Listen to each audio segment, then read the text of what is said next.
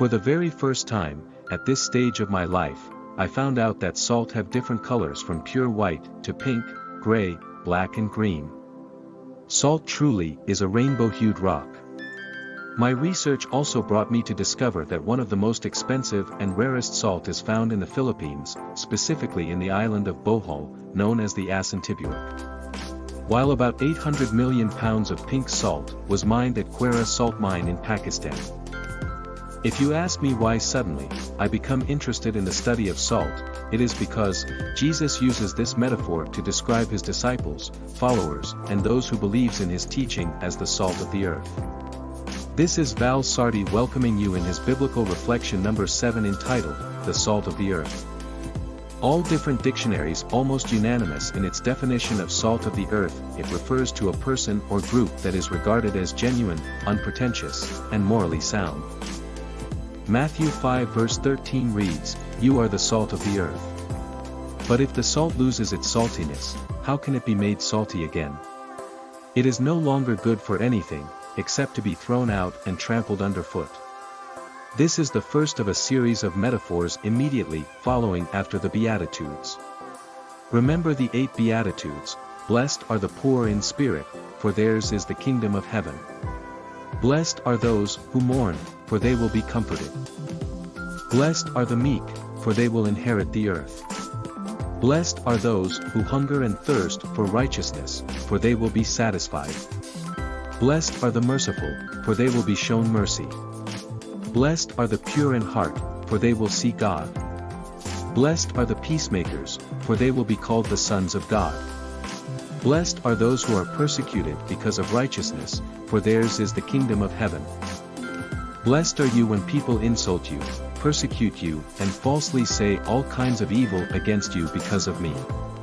Rejoice and be glad, because great is your reward in heaven, for in the same way they persecuted the prophets who were before you. Right after the Beatitudes, Jesus told his disciples, followers, and those who embraced his teachings that they are the salt of the earth and to remain its saltiness at all time, because if the salt loses its saltiness, how can it be made salty again? At first, it is difficult for me to understand this parable. How come the salt loses its saltiness? For me, salt is salt. It is hard to understand how that salt loses its saltiness. Someone said, the problem stems from the fact that this verse was written in a particular time and place. It was written in ancient Israel, which encompasses the Dead Sea. A common means of obtaining salt was from shards of clay from the shore of the Dead Sea.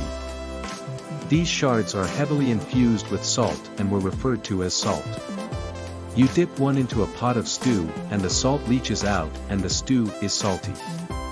You do this a few times, and the shard no longer has salt that is easily reachable.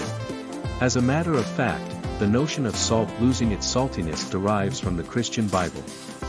It was used as a metaphor in a religious lesson. However, salt could indeed lose its flavor in the New Testament times. The primary reason for that was because often, salt wasn't pure back then.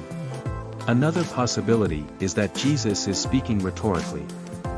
Rhetoric is the art of persuasion, which along with grammar and logic, is one of the 3 ancient arts of discourse.